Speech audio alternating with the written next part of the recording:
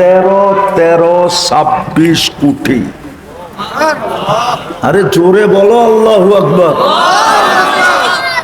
তোমাদের বিজ্ঞান বলে এই চোখে 13 কোটি, এই চোখে 13 কোটি। আমি যতবার সামনে তাকাইতেছি ততবারই 13 কোটি 26 কোটি ক্যামেরা জ্বলা উঠতেছে, জ্বলা। যেমন ফ্লাশ মারে না ছবি তুলতে, আমার প্রত্যেক দৃষ্টিতে 26 কোটি ক্যামেরা ফ্লাশ মারে, ফ্লাশ। এই জন্যই তো আল্লাহ বলছে এক নিয়ামতের হিসাব তুই মিলিয়ে দিতে পারবি না। তোকে যদি 50,000 বছর দে।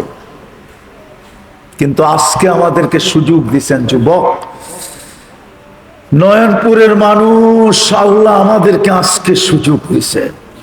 কসম খোদা, কারো চক্ষু দিয়া যদি আজকে এই প্রশ্ন চিন্তা করতে যায়, যদি একটু পানি গড়াইল না, মাসির মাথা পরিমাণ যদি চোখের কোনায় উদিত হইল, তো আল্লাহর রসুল বলেন, মুহাম্মদুর রসুল্লাহ বলেন, দুজাহানের বাদশাহ বলেন, সৈয়দুল আউয়ালিন ওয়াল আখিরিন বলেন, ইমামুল মুরসালিন বলেন, হায় হায় হায়, এই চক্ষু জাহান্নামের উপরে হারাম হারাম হারাম।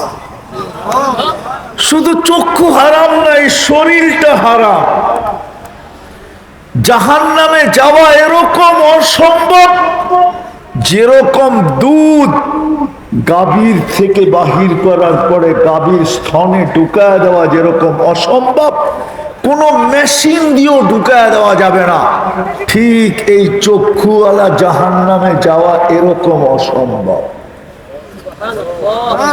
যদি আজকে চিন্তা করতে চাই, একটু পানি উদিত করতে পারি। বিদায় আসেন, চলেন আজকে তওবা করি আল্লাহর কাছে। পারবেন? কে কে পারবেন দেখি? পারবেন?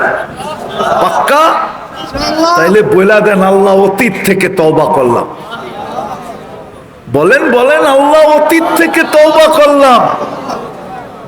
আপনি আমাদের তওবা কবুল করেন।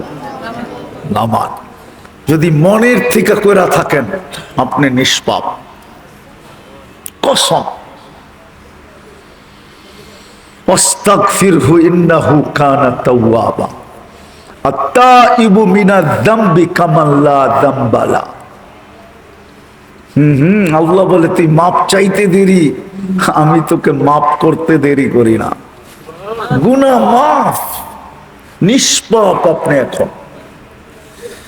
বাকি আগামীতে নিজের আমল নামায় গুনাহ লেখাবেন কি লেখাবেন না, যুবক তুমি লেখাবে কি লেখাবে না তোমার ইচ্ছার উপরে নির্ভর করে। আমি তোমাকে দুটা জিনিস শিখাই দিয়া যাব। যদি করতে পারো ডেলি, তাহলে আমার বিশ্বাস তোমার আমল নামায় কোনোদিন গুনাহ থাকবে না। না তুমি খুঁজা পাবে, না ফেরেশতা খুঁজা পাবে, কেউ খুঁজা পাবে না তোমার আমল নামায় গুনাহ। পারবেন? আরে পারবেন? পারবা যুবক, পারবা? মনের থেকে কে কে পারবা? কে কে পাক্কা? নামাও। আরেকটা কথা হাত পায়ে হাত দিয়া বলি, ছেড়ে দাও। সুস্পষ্ট এটাই, কিয়ামতের দিন তোমার জন্য কেউ কাঁদবে না, কাঁদলে একজনই কাঁদবে। কয়জন? কয়জন? দুনিয়ার যেই কোনো কিতাব তুমি উঠাওয়ার পড়ো, একজন তোমার জন্য আমার জন্য কাঁদবে, আর কেউ কাঁদবে না। ওনার নাম হইল মুহাম্মদুর রাসূলুল্লাহ সাল্লাল্লাহু আলাইহি ওয়াসাল্লাম। কোন নবীও কোন উম্মতের জন্য কাঁদবে না, কোন রসুলও কোন উম্মতের জন্য কাঁদবে না, ফেরেশতারাও না। সবাই নিজের জন্য চোখের পানি ঝরাবে আর বলবে নাফসি নাফসি নাফসি। কিন্তু তোমার আমার জন্য একজনে কাঁদবে, একজন। শুধু চিৎকার দিবে কিয়ামতের মাঠে, উম্মতি উম্মতি উম্মতি। রব্বি উম্মতি উম্মতি, রব আমার উম্মত। বিদায় পায়ে হাত দিয়া বলি, কারো পিছে চলো না, কারো আদর্শের ছোঁয়া নিজের গায়ে লাগতে দিও না। পায়ে হাত দিয়া বলি, এক মুহাম্মদুর রাসূলুল্লাহ আদর্শের ছোঁয়া গায়ে লাগাও। কেউ তোমাকে ওই দিন কাঁদবে না তোমার জন্য, বরং উল্টা হইতে পারে। মান তাসাব্বাহা বিকওমিন, যে যার ভালোবাসা দিলে পোষণ করবে, কিয়ামতের দিন তার সাথে উঠতে হবে, তার সাথে উঠতে হবে, তার সাথে। আমরা তোমাদের হিতাকাঙ্ক্ষী। বাংলাদেশ বাইচা গেছে কেন জানেন? কেন বাইচা গেছে বাংলাদেশ? ভেনেজুয়েলা মাটির সাথে মিশা গেছে, পান্নায়, তারপরেই জাপান, তারপরেই আমেরিকা। আমাদের চারবার ভূমিকম্প আসছে, আলহামদুলিল্লাহ কিছু হয় নাই। আর আমার বিশ্বাস কিছু হবেও না। যতই বলো এই মাটিটা লড়বে চড়বে, কিন্তু পড়বে না, এটা আমার বিশ্বাস। আবার বললেন না যখন পড়বো না তো আমাকে গুনাহ করতে অসুবিধা কি, ঠিক না? কি এটা না পড়ারও কারণ আছে। এতটুক ছোট জায়গা বাংলাদেশ, এতগুলা মসজিদ, দুনিয়ার কোনো এতটুক ছোট জায়গার ভিতরে দুনিয়ার কোথাও নাই যত মসজিদ এই ছোট জায়গাটার ভিতরে আছে। মসজিদের সংখ্যা ইন্দোনেশিয়া বেশি, কিন্তু ইন্দোনেশিয়া আপনি আমার চেয়ে বেশি চিনেন না। আমি 8 বার গেছি। কয়বার? আমার চেয়ে বেশি চিনেন না। ইন্দোনেশিয়ার মধ্যখান থেকে আরেক মাথায় যাইতে প্লেনে 6 ঘন্টা লাগে, 6 ঘন্টা। আমি নিজে গেছি। আমি নিজে গেছি জাকার্তার থেকে জয়াপুরা, পাপুয়া গিনি। 6 ঘন্টা প্লেনে লাগে, 6 ঘন্টা। যেমন সৌদি আরব যেতে 6 ঘন্টা লাগে, ইন্দোনেশিয়া আমাদের চেয়ে মসজিদ বেশি, কিন্তু দ্বীপ হইল 17,800 দ্বীপ। ওইখানে মানুষ বাস করে 55% দ্বীপে মানুষ বাস করে, 45% দ্বীপ খালি পড়ে রয়েছে। এতটুক ছোট জায়গার ভিতরে এত মসজিদ দুনিয়ার কোন দেশে। বাংলাদেশে 40,000-এর উপরে হেফজোখানা। এতটুক ছোট জায়গার ভিতরে এত হেফজোখানা দুনিয়ার কোন দেশে। বাংলাদেশে হাজার হাজার মাদ্রাসা, এতটুক ছোট জায়গার ভিতরে এত মাদ্রাসা দুনিয়ার কোন দেশে নাই। আবার এটা অতিরঞ্জিত হয়ে যাবে কিনা জানি না।